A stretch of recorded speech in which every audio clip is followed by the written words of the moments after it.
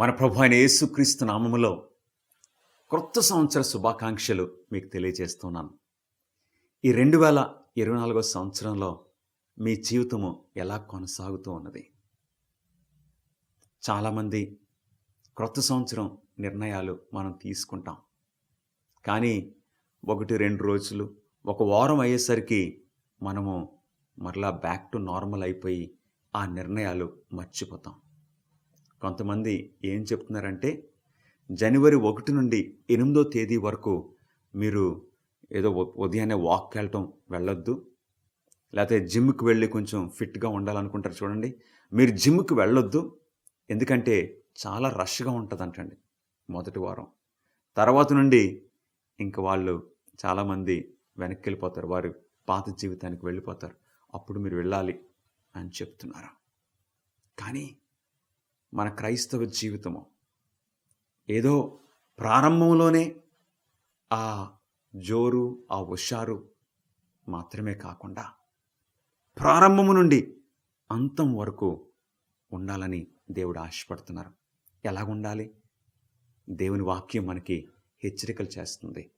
ప్రార్థన చేసుకుని వాక్యంలోనికి వెళ్దాం. మహాపరిశుద్ధుడు అయిన మా ఘనమైన దేవ, ఈ సమయమందు మా హృదయాలతో మాట్లాడండి. మా జీవితాలని బలపరచండి, మీలో స్థిరపరచండి.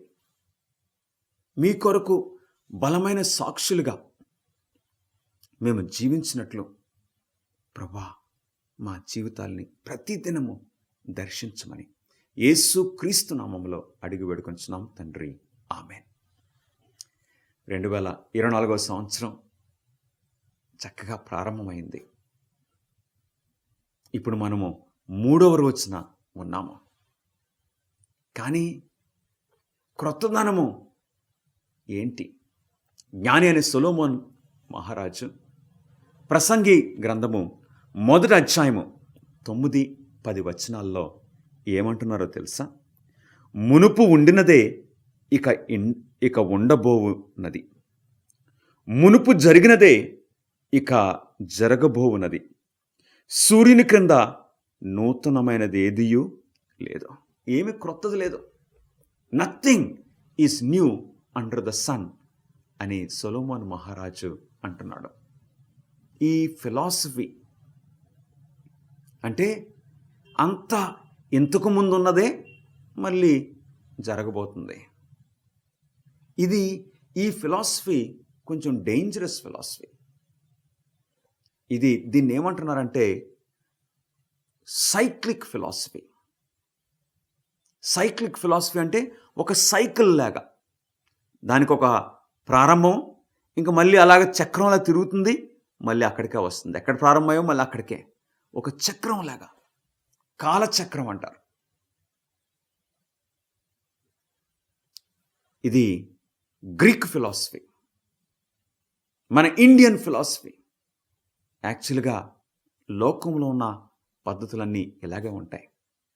మనందరికీ తెలుసు, స్టైల్స్, ఫ్యాషన్లో, ఆ ఫ్యాషన్లో ఏమీ క్రొత్తదనం లేదండి. ఇంతకుముందు ఉన్నాయే మళ్ళీ తీసుకొస్తారు. దాన్ని రీసైక్లింగ్ అని మనం పిలుస్తున్నాం. ప్రియులరా, ఒక మొట్టమొదటి ఈ philosophy cyclic philosophy of time. మరికొంతమంది ఇంకొక ఫిలాసఫీ నమ్ముతారు. అదేంటంటే స్పైరల్. సైక్లిక్ అంటే ఒక చక్రం లాగా ప్రారంభం అవటం, మళ్ళీ వెనక అక్కడికి రావటం, అట్లాగ ఒక చక్రం లాగా. రెండవది స్పైరల్. మనకు స్పైరల్ బుక్స్ ఉన్నాయి కదండి, అదేదో అలా గుండ్రంగా చక్రంలా తిరుగుతుంది, కానీ కొంచెం ముందుకు వెళ్తుంది. అలాగే జరిగిందే మళ్ళీ జరుగుచు అలా కొంచెం ముందుకు వెళ్తుంది. కానీ బైబిల్ బోధించే పద్ధతి ఏంటో తెలుసా? బైబిల్ ఈ పరిశుద్ధ గ్రంథము సమయం గురించి మనకిచ్చే ఆలోచనలు ఏంటంటే సైక్లిక్ కాదు, లేక స్పైరల్ కాదు, స్ట్రెయిట్ లైన్. అవును, బైబిల్ ప్రకారంగా కాలము ప్రారంభం అవుతుంది, అట్లాగా ముందుకు వెళ్తుంది స్ట్రైట్ లైన్లో. ఆదికాండము 1వ అధ్యాయం 1వ వచనం ఏమని సెలవిస్తుంది?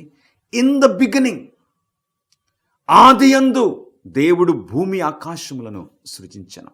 ప్రారంభం, ఒక ప్రారంభం నుండి ఇంకట్లాగా ముందుకు వెళ్తుంది. ఒక అంతం ఉన్నది, ఇలాగే చక్రంలాగా తిరగడం కాదు. దేవుడు ఈ భూమిని సృష్టించినప్పుడు సమస్తము పవిత్రంగా ఉంది, పర్ఫెక్ట్, పరిపూర్ణంగా ఉన్నది.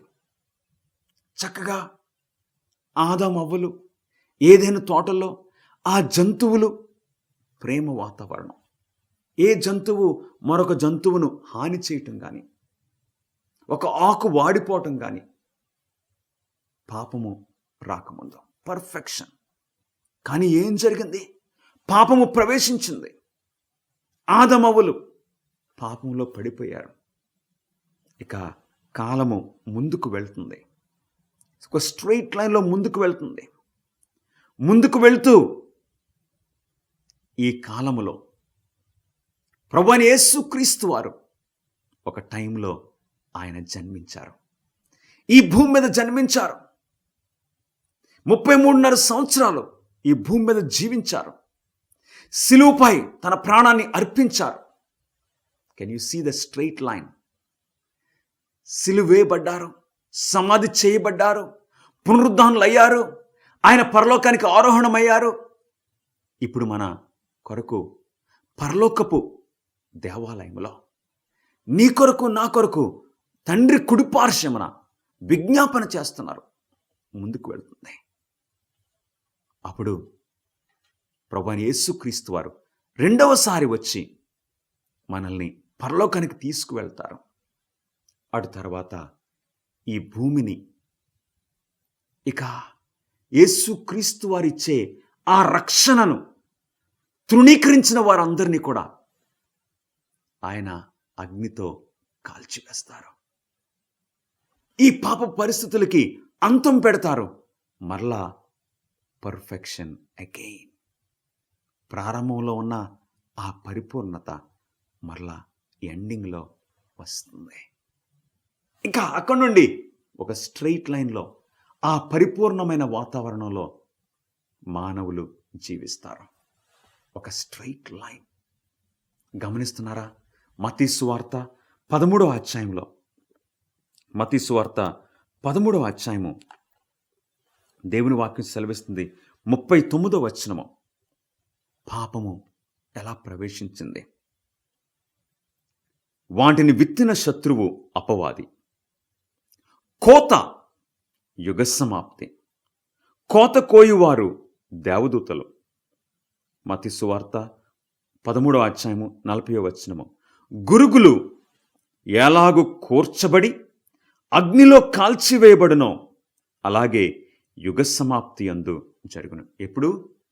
The last day, end of time, యుగ సమాప్తి అప్పుడు అలా జరుగుతుంది. గమనిస్తున్నారా ప్రియ స్నేహితులారా? బైబిల్ ప్రకారంగా సమయము ఒక స్ట్రైట్ లైన్లో ముందుకు వెళ్తుంది. అవును, ఫార్వర్డ్. అందుకే ఆ హోప్, ఆ నిరీక్షణ. ఏదైనా తోటలో ఆదమవ్వలు పాపం చేసినప్పుడు దేవుడు వాగ్దానం చేశారు, మెస్సయ్య వస్తాడు, స్త్రీ గర్భమున జన్మిస్తాడు, మీ పాపాలకి క్రయధనము ఆయన చెల్లిస్తారు. మెస్సయ్య సిలువే పడతారు, సమాధి చేయబడతారు, ఆయన పునరుద్ధానులు అవుతారు, పరలోకానికి ఆరోహణం అవుతారు. మరలా రెండోసారి వచ్చి ఆయనను అంగీకరించిన వారందరినీ పరలోకానికి తీసుకుని వెళ్తారు. రెస్టోరేషన్, చక్కటి హోప్ మనకున్నది ప్రియ స్నేహితులరా. ఈ 2024వ సంవత్సరంలో దేవుడు నీ జీవితాన్ని సరిచెయ్యాలి, పరిపూర్ణంగా చెయ్యాలి అని దేవుని యొక్క ఉద్దేశము అయి ఉన్నది.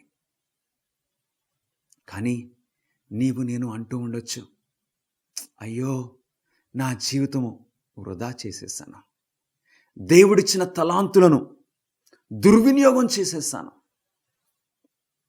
అవును ప్రియులారా, మనందరిది అదే స్టోరీ కావచ్చు. నా స్టోరీ అంతే. దేవుడిచ్చిన సమయాన్ని, తలాంతులను, దేవుడిచ్చిన ఈ ఈ అవకాశములను నేను దుర్వినియోగం చేసేసాను. ఇప్పుడు నాకు అనిపిస్తుంది, అయ్యో వేస్ట్ అయిపోయింది ఈ జీవితం. ఇప్పుడు ఆయనకి ఏదన్నా ఇవ్వగలనా?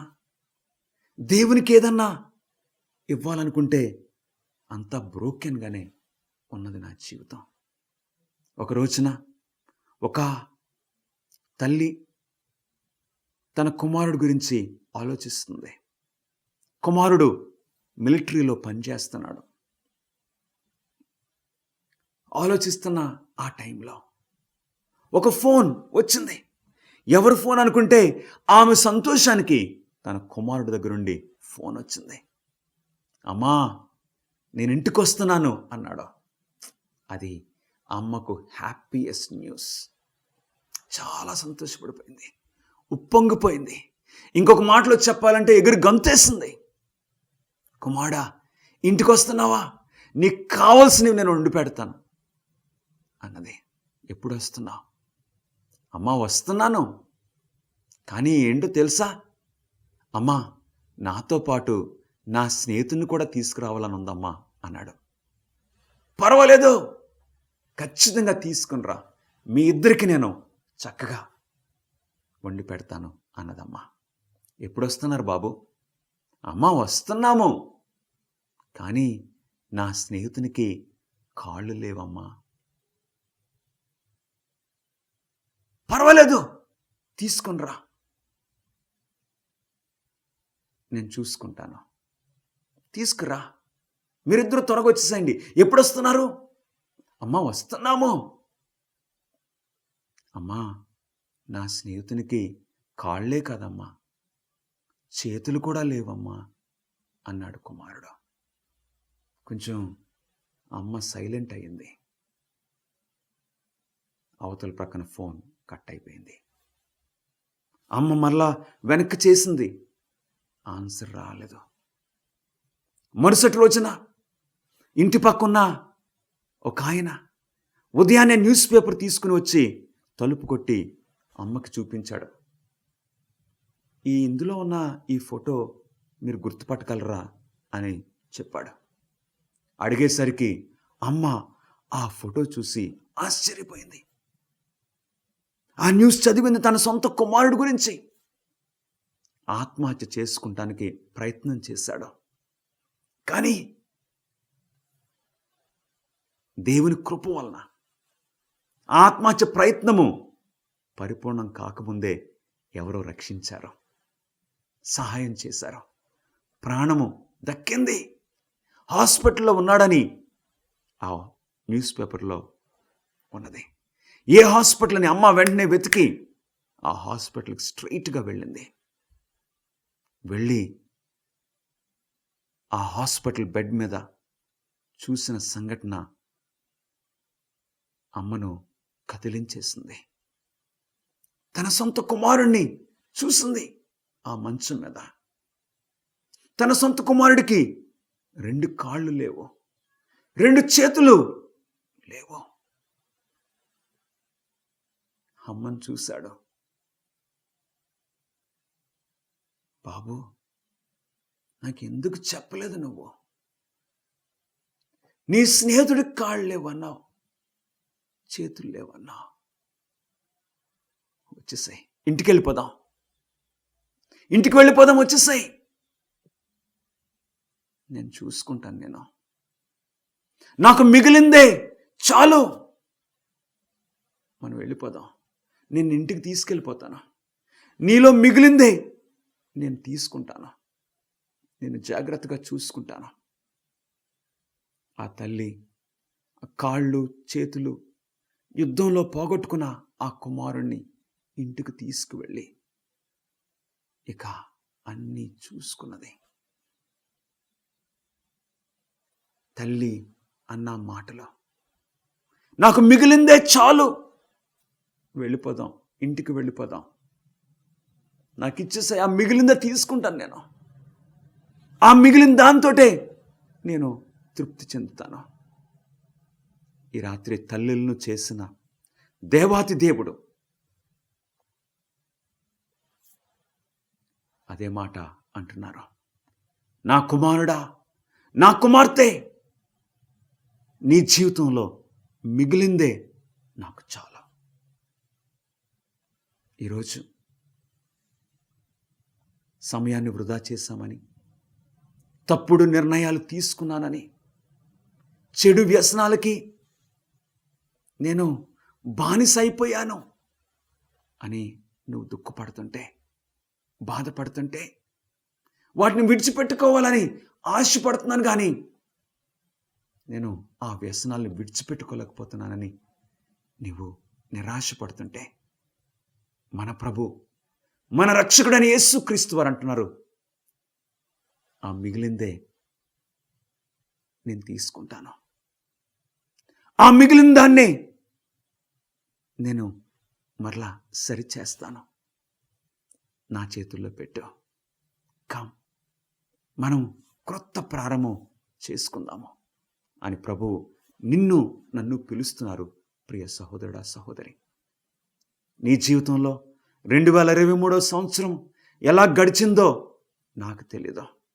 నా జీవితం ఎలా గడిచిందో నీకు తెలీదు. కానీ మనందరి జీవితాలని గమనిస్తున్న దేవాతి దేవునికి తెలుసు. కాబట్టి ఈరోజు నీ జీవితాన్ని ఆయన చేతులకు సమర్పించమని నేను కోరుచున్నాను. allow him to take what is left. అవును, ఆ మిగిలిందే ఆయన నడిపించగలరు, వాడుకోగలరు. ప్రియ సహోదరుడా, సహోదరి, ఆధారపడొద్దు. Give your life to Jesus. ఆయన చేతుల్లో పెట్టమని కోరుచున్నాను. యెషయా 41వ అధ్యాయము 9-10 వచనాలు మనం చూస్తే, యెషయా 41:9-10లో, బూదిగంతముల నుండి నేను పట్టుకొని దాని కొనల నుండి పీల్చుకొనిన వాడా, నీ జీవితం నా స్వాధీనంలో ఉన్నది. నేను నీతో చెప్పి ఉన్నాను, నీకు తోడై ఉన్నాను. భయపడకుము, నేను నీ దేవుడినై ఉన్నాను. దిగులు పడకుము, నేను నిన్ను బలపరుతును. నీకు సహాయము చేయువాడను నేనే. నీతియను నా దక్షిణ హస్తముతో నిన్ను ఆదుకొందును. యెషయా 41వ అధ్యాయం 13వ వచనము, నీ దేవుడని యెహోవానగు నేను, భయపడకుము, నేను నీకు సహాయము చేసేదనని చెప్పుచు నీ కుడి చేతిని పట్టుకొనిచున్నాను. ఈరోజు ఈ క్రొత్త సంవత్సరంలో నీవు ఆధారపడనక్కర్లేదు. నేను నడిపిస్తాను నీ జీవితాన్ని. ఇదిగో ఆ మిగిలిందే నాకివ్వు. దేవుడు అంటున్నారు, 3 బారిన జీవితాన్ని నేను మరలా పుష్పింప చేయగలను. అడుగంటుకుపోయిన నీ జీవితాన్ని మరలా ఒక అర్థము తీసుకొని రాగలను. ఎందుకో తెలుసా? ఆయన సృష్టికర్త. He is the life giver. ఆయన సృష్టికర్త కాబట్టి మరలా మన జీవితాల్ని ఆయన రీక్రియేట్ చేయగలరు, రెస్టోర్ చేయగలరు. ఇదిగో నా జీవితము ముక్కలైపోయింది. ఎన్నో చేయాలనుకున్నాను, ఎన్నో ఆశలు పెట్టుకున్నాను, ఎన్నో కలలు కన్నాను, కానీ ముక్కలు అయిపోయిన ఈ జీవితం, నా ముక్కలేదో నాకు ఇమ్మని ప్రభు అడుగుతున్నారు. ఆ ముక్కల్లో నుండి, ఆ పీసెస్లో నుండి ఒక మాస్టర్ పీస్గా నీ జీవితాన్ని ఆయన మార్చగలరు. ఆయన కుమ్మరి, మనము ఆ మట్టి. అవును, మరలా చేస్తాను. ఆయన ఆ కుమ్మరి తయారు చేస్తున్న ఆ పాత్ర కొంచెం వంకరొస్తే, కొంచెం పాడైపోతే మరలా ఆయన ఏం చేస్తారు? విడిచిపెట్టరు. మరలా దాంట్లో నుండే ఒక క్రొత్త పాత్ర, నీ జీవితాన్ని ఒక అర్హమైన పాత్రగా ప్రభువైన యేసుక్రీస్తు వారు చేయాలని ఆశపడుతున్నారు. ఏమాత్రమో నువ్వు అధైర్యపడొద్దు ప్రియ సహోదరుడా, సహోదరి. నీ జీవితాన్ని ఈ 2024 సంవత్సరం ఈ ప్రారంభ గడియల్లో, ప్రారంభ రోజుల్లో ఆయన చేతుల్లో పెడదాం. ఏంటో తెలుసా? డిపాజిట్స్. మనకి బ్యాంకులో ఇప్పుడు అందరం గూగుల్ పే వాడుతున్నాం కదండి, పేటిఎం, ఇవన్నీ డిపాజిట్. మనము కొంచెం డబ్బులు బ్యాంకులో వేయాలి. డిపాజిట్ చేసినప్పుడు అప్పుడే మనం విత్డ్రావల్ చేసుకోగలము. అవును ప్రియులరా, కొంతమంది విద్యార్థులు వారి యొక్క టీచర్ గారు ఒక ట్రిప్కి వెళ్ళారు. ఆ ట్రిప్లో, ఆ ప్రయాణంలో ఒక వ్యక్తి ఆ విద్యార్థులందరికీ నాయకుడు. ఒక రోజున ఆ లీడర్ ఆ టీచర్ గారి దగ్గరికి వచ్చి ఏదో అడిగాడు. అడిగితే టీచర్ గారు కొంచెం కోప్పడి తిట్టారు. తిట్టేసరికి చాలా బాధపడ్డాడు. అయ్యో, అందరి ముందు నేను అవమానం పొందానే అని ఆ స్టూడెంట్ లీడర్ బాధపడ్డాడు. కానీ ఆ రోజునే సాయంకాలం అవుతుంది. వారందరూ భోజనం చేయడానికి కూర్చున్న టైంలో ఆ టీచర్ గారు ఆ యవనస్తుని దగ్గరికి వెళ్ళి, ఆ స్టూడెంట్ లీడర్ దగ్గరికి వెళ్ళి సారీ అని చెప్పారు. చెప్పినప్పుడు ఆ స్టూడెంట్ అర్థం చేసుకున్నాడు. ఇక ఆ స్టూడెంట్ లీడర్కి వచ్చిన ఆలోచన ఏంటో తెలుసా? ఇదిగో, ఈయన నా టీచర్ గారు నా జీవితంలో ఎన్నో సంవత్సరాలుగా నా జీవితాన్ని దిద్దుతున్నాడు, నడిపిస్తున్నాడు. ఎన్నో విషయాల్లో నాకు గైడెన్స్ ఇచ్చారు. నేను ఈ స్థాయికి చేరానంటే ఆయన యొక్క నడిపింపు ద్వారానే కదా. చాలా డిపాజిట్స్ నా జీవితంలో ఆయన చేశారు. ఆయన గురించే నేను ఈ స్థాయికి రాగలిగాను. అప్పుడప్పుడు మరి విత్డ్రావల్ కూడా చేసుకోవచ్చు కదా. ఆయనకి నేను అవకాశం ఇవ్వాలి కదా. ఆయన మీద నేను ఎందుకు కోపం పెట్టుకోవాలి? ఎంత చక్కటి ఆలోచన. అవును ప్రియులరా, మన జీవితాల్లో మన చుట్టూ ఉన్నవారు, మనల్ని ప్రేమించేవారు మన జీవితాల్లో చాలా డిపాజిట్స్ వారు చేస్తున్నారు. వారి మంచి మాటల వలన, వారి యొక్క మంచి క్రియల వలన, వారి యొక్క ప్రోత్సాహం వలన, వారి యొక్క ప్రార్థనల వలన, వారి స్నేహం వలన, వారి ప్రేమ ద్వారా ఈ రిలేషన్షిప్స్లో చాలా డిపాజిట్స్ మన జీవితాల్లో వారు చేస్తున్నారు. మరి డిపాజిట్ చేసినప్పుడు విత్డ్రావల్ కూడా అవకాశం ఉంటుంది కదా. కొన్నిసార్లు యవనస్తులారా, తల్లిదండ్రులు ఏదన్నా మాట అంటే బాధపడద్దు. మనము అర్థం చేసుకోవాలి, ఓవర్లుక్ చేయాలి కొన్ని విషయాల్లో. అమ్మ నన్ను ఇంతకాలం పెంచింది, నాన్న ఇంతకాలము నన్ను పెంచారు. వారు ఏదన్నా మాట అంటే నేను ఎందుకు కృంగిపోవాలి? అలాగే ఒక భార్యగా, ఒక భర్తగా, ఇదిగో నా భర్త ఇంతకాలము నన్ను ప్రేమించాడు, ఈ విధంగా మా జీవితం, మా కుటుంబం కొనసాగుతుంది. ఏదన్నా చిరాకు పడి మాట అంటే, ఏదన్నా గాయపరిచే పరిస్థితి కలిగిస్తే మనం ఏమనుకోవాలి? నా జీవితంలో నా భర్త చాలా డిపాజిట్స్ చేశాడు. అప్పుడప్పుడు మరి విత్డ్రావల్కి అవకాశం ఉండాలి కదా.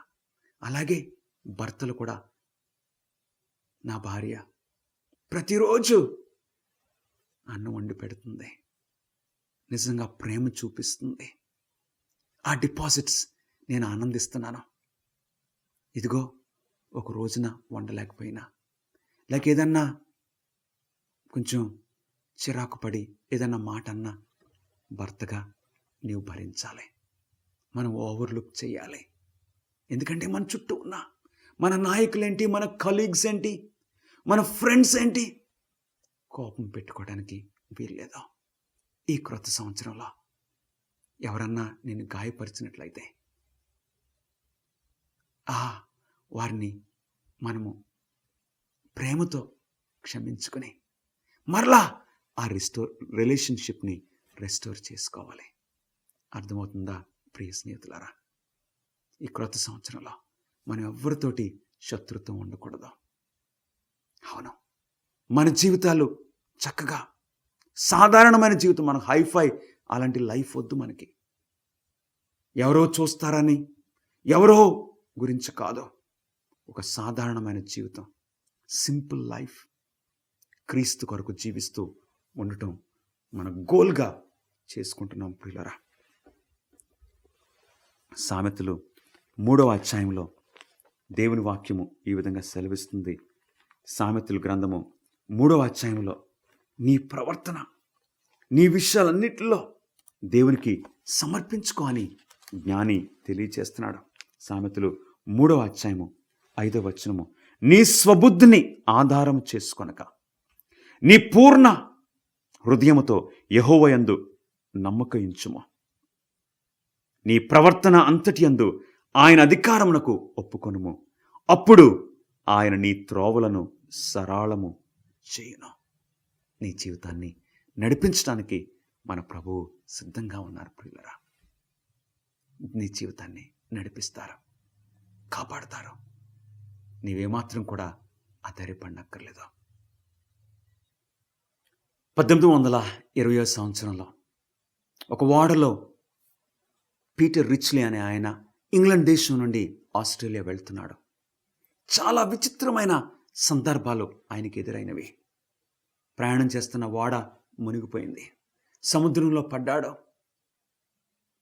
అదే దారిలో ఇంకొక ఓడ వచ్చింది.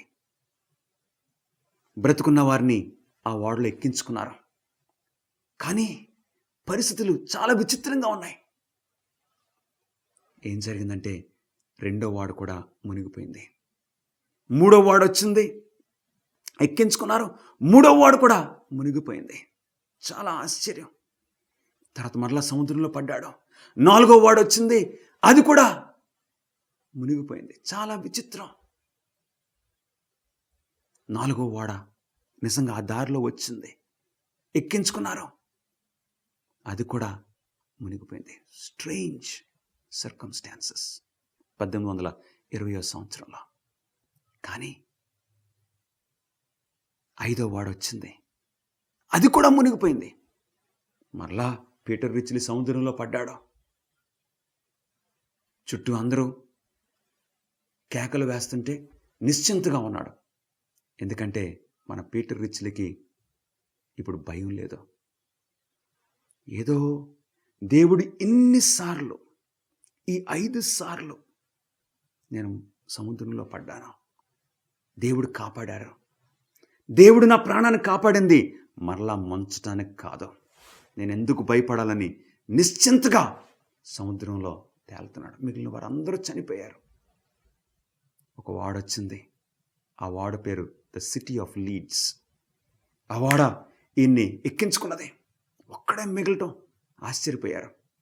డాక్టర్ గారు టెస్ట్ చేశారు, బాగున్నాడు, ఆయనకి అన్నీ ఇచ్చారు.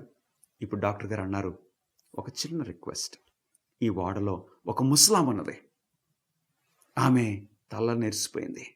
ఆమె రాత్రింబగళ్ళు ఒకటే ప్రార్థన, ప్రభువా నేను చనిపోకముందు నా కుమారుని చూపించిన ఆయన, నా కుమారుని చూడకుండా నేను చనిపోకూడదు అని ప్రార్థిస్తుంది. దయచేసి ఆమె కుమారుడు కోసం అడుగుతుంది.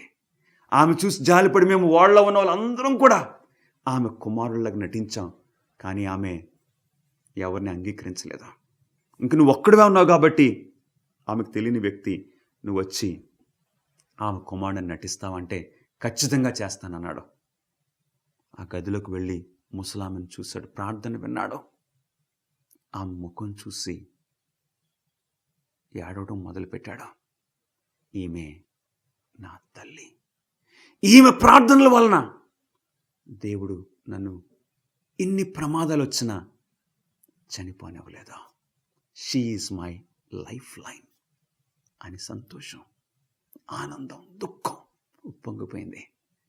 తల్లి కుమారులు కలుసుకున్నారు. గమనిస్తున్నారా ప్రియ స్నేహితులారా? ఈ క్రొత్త సంవత్సరంలో 2024 సంవత్సరంలో ఒక ప్రార్థించే తల్లిగా నీ ఉండాలని దేవుడు ఆశపడుతున్నారు. ప్రార్థించే తండ్రిగా, ప్రార్థించే అన్నయ్య, అక్క, చెల్లి, తమ్ముడిగా, ప్రార్థించే ఒక నైబర్గా, ప్రార్థించే కొలీగ్గా ఉండాలని దేవుడు నీ జీవితం పట్ల ఆలోచనలు కలిగి ఉన్నారు. అలా ఉండటానికి దేవుని కృప నీకు తోడై ఉండునుగాక. ప్రభువా, ఈ కుటుంబాన్ని ఆశీర్వదించండి. యవనస్తురాల్ని ప్రభువా మీరు కాచి కాపాడి నీ మార్గంలో నడిపించుకోమని యేసు నామమున అడుగుచున్నాం తండ్రి. ఆమెన్. God bless you.